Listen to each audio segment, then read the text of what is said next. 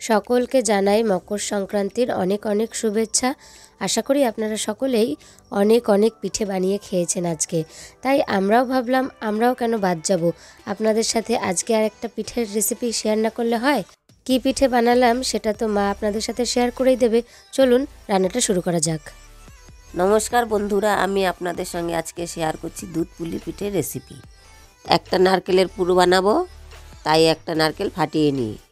জানেন তো, এই প্রথমবার আমি নারকেল ফাটালাম। আমাকে সবসময় বাড়ির লোকেরাই ফাটিয়ে দেয়, আমার ছেলে কিংবা আমার বর। এই প্রথমবার আমি নারকেল ফাটালাম। নারকেল থেকে অনেক জল বেরিয়েছে, নারকেলটা সুন্দর পুর হয়েছে নারকেলের ভেতরে। এবার দা দিয়ে দুটো ফুটো করে দিলাম, যাতে ওটা খাওয়া খাওয়া হয়ে না যায় নারকেলটা। এবার নারকেলটাকে কুড়িয়ে নিই। মা এদিকে নারকেলটা কোড়াতে থাক, ততক্ষণ আমি আপনাদের সাথে একটু গল্প করি। আপনারা তো নিশ্চয়ই আমাদের দুজনের গলার আওয়াজ শুনে বুঝতেই পারছেন যে আমাদের গলার অবস্থা খুবই খারাপ। এতটাই সর্দি লেগেছে যে ঠিক করে ভিডিও করতে পারিনি, আর ভিডিও ছাড়তেও পারিনি। কথা বলছি আর মনে হচ্ছে বুকের ভেতরটা ঘরঘর ঘরঘর করে উঠছে। যাই হোক, আপনারা কে কোথা থেকে আমাদের ভিডিওটা দেখছেন একটু কমেন্ট করে জানাবেন। আর যদি আমাদের ভিডিও আপনাদের ভালো লাগে তাহলে একটা লাইক করে দেবেন। দেখুন, কথা বলতে বলতে কিন্তু মায়ের নারকেল কোড়ানো কমপ্লিট হয়ে গেছে। এইবার বাদবাকি রান্নার কথা মাই নয় বলুক। আমার গলার অবস্থা ভালো না, তুই বন্ধুদের ভালো করে বুঝিয়ে দে, আমি তোকে শিখিয়ে দিচ্ছি। তাহলে আর কি, আমার এই বাজে গলার আওয়াজটা আপনাদেরকে আজকে শুনতে হবে। প্রথমে একটা ফ্রাইং প্যানে নারকেল কোড়াটা পুরোটা দিয়ে দিতে হবে। এরপর গ্রেট করে রাখা গুড়, আবার কিছুটা শক্ত শক্ত গুঁড়ো নিয়ে একসাথে মিশিয়ে দিতে হবে। পুরোটা গ্রেট করতে পারিনি, হাত ব্যথা হয়ে গেছিলো, তাই গ্রেটার দিয়ে অল্প একটু গ্রেট করেছি, আর অর্ধেকটা রেখে দিয়েছি আবার শক্ত শক্ত। গ্যাসের ফ্লেমটাকে কিন্তু মিডিয়ামে রেখে ভালো করে নেড়েচেড়ে নিতে হবে। যখন দেখবেন গুড়টা পুরোপুরি মেল্ট হয়ে গেছে, এইবার একটা পাত্রে সামান্য একটুখানি দুধ নেবেন, লিকুইড দুধ। তারপরে ওর মধ্যে একটু চালের গুঁড়ো দিয়ে ভালো করে মিশিয়ে ওই চালের গুঁড়োর মিশ্রণটা নারকেলের পুরের মধ্যে দিয়ে দেবেন। তাহলে নারকেলের পুরটা একটু গাঢ় গাঢ় আঠালো আঠালো হবে, আর একটু মাখা মাখাও হবে। সব কিছু ভালো করে একসাথে মিশিয়ে নিয়ে যখন দেখবেন যে এটা একটু মাখা মাখা হয়ে গেছে বা একটু আঠালো আঠালো হয়ে গেছে, তখন এটাকে নামিয়ে নেবেন ঠান্ডা করার জন্য।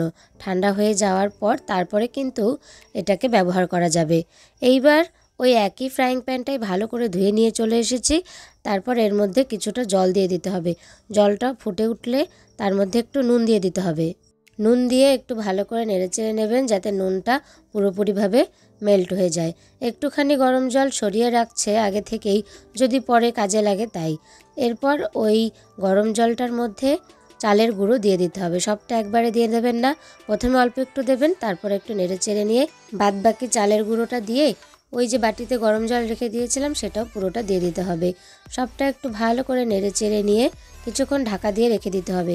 চালের গুঁড়ো তো, চালের গুঁড়োটা একটু সেদ্ধ হতে লাগবে, তাই ঢাকা দিয়ে রেখে দিলে ভালো মতন সেদ্ধ হয়ে যাবে। এরপর গরম থাকা অবস্থাতেই এটাকে ভালো করে মেখে নিতে হবে। চালের গুঁড়ো আর জলের পরিমাণটা কিন্তু সঠিক পরিমাপে দিতে হবে। এই ধরুন, আমরা যদি 1 কাপ চালের গুঁড়ো ব্যবহার করি তাহলে তার মধ্যে হাফ কাপ জল বা তার থেকে একটু বেশি জল ব্যবহার করা যেতে পারে। তারপরে গরম অবস্থাতেই ভালো করে মেখে নিয়ে মিনিট 5 জন্য ঢাকা দিয়ে রেখে দিতে হবে। তাহলেই দেখবেন যে ওর মধ্যে থেকে যে বাষ্পটা বেরিয়েছে তাতে আরেকটু বেশি ডোটা সফট হয়ে গেছে।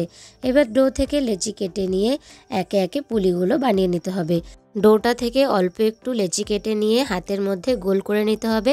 তারপরে একটা বাটির মতন আকার দিতে হবে। এরপর আগে থেকে যে পুরটা বানিয়ে রেখেছিল নারকেলের, সেটা এর মধ্যে ভরে দিতে হবে। বেশি পরিমাণে দেবেন না, তাহলে কিন্তু পুলিটা ফেটে যাবে। তাই যতটুকু দিলে ভালো হয় সেইটুকুই দিয়ে দেবেন। এরপর ভালো করে মুখটা বন্ধ করে নেবেন, আর বাদবাকি যে ডোটা থাকবে সেটাকে কিন্তু সবসময় ঢেকে রেখে দিতে হবে। যে কোনো স্টিলের ঢাকনা বা ভেজানো সুতির কাপড় দিয়েও কিন্তু ঢেকে রাখা যাবে। তারপর একে একে পুলিগুলো শেপ দিয়ে নিতে হবে। একটুখানি যদি ভালো করে লক্ষ্য করেন তাহলে কিন্তু পুলি বানানো অতটাও কঠিন না। একটা পুলি আপনাদেরকে বানিয়ে দেখালাম, আরেকটা আপনাদেরকে বানিয়ে দেখাই, তাহলে আপনাদেরও সুবিধা হবে যে কিভাবে পুলিটা বানাচ্ছি সেটা দেখে নিলে আপনারাও খুব সহজে পুলি পিঠে বাড়িতে তৈরি করে নিতে পারবেন। ঠিক চাঁদের আকারে কিন্তু পুলি পিঠেটা হয়, আর দেখতেও কিন্তু খুব সুন্দর হয়। আমাদের চ্যানেলে এর আগেও আরও পিঠে বানিয়েছি, কিন্তু সেই সমস্ত পিঠে বানানোর পদ্ধতি কিন্তু শেয়ার করা আছে। আপনারা যদি দেখে না থাকেন তাহলে কিন্তু তার লিঙ্কটা আমি ডেসক্রিপশান বক্সে দিয়ে দেবো, আপনারা চাইলে দেখে আসতে পারেন। চুষি পিঠে বানানোরও কিন্তু পদ্ধতি শেয়ার করা আছে। কথা বলতে বলতে আরেকটা পিঠেও বানানো হয়ে গেল, আর দেখুন কেমন ম্যাজিক করে সবগুলো পুলি পিঠে বানানো হয়ে গেছে। এবার পরবর্তী পর্যায়ে চলে যাওয়া যাক। গ্যাসে দুধ গরম করতে বসিয়ে দিয়েছে। দুধটা আগে থেকেই ভালো করে জাল করা ছিল, তাই আরেকটু ভালো করে জাল দিয়ে নিয়ে এর মধ্যে দিয়ে দিতে হবে গুড়। এখানে আমরা পাটালি গুড় ব্যবহার করেছি, আপনারা চাইলে কিন্তু ঝোলা গুড়ও ব্যবহার করতে পারেন।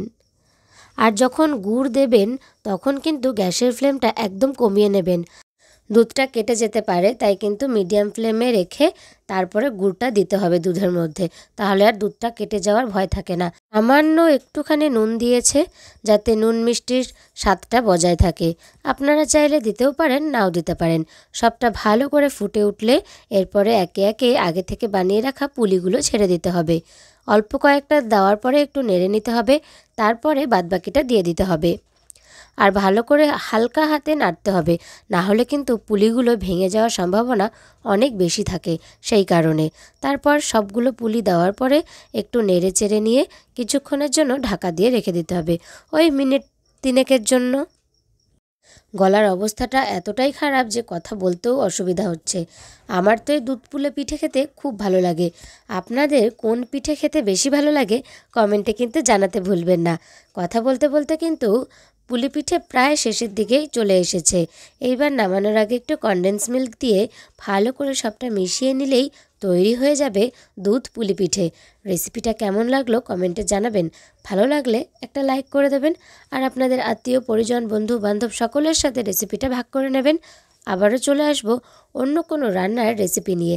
আর যদি আপনারা চ্যানেলটা এখনও সাবস্ক্রাইব করে না থাকেন তাহলে চ্যানেলটাকে সাবস্ক্রাইব করে দেবেন, আর পাশে থাকা বেল আইকনটিকেও প্রেস করে দেবেন, যাতে ভিডিও নোটিফিকেশান আপনাদের মোবাইলে সবার আগে পৌঁছে যায়। আর যদি ফেসবুক পেজ থেকে দেখে থাকেন তাহলে পেজটিকে ফলো করে দেবেন। টাটা।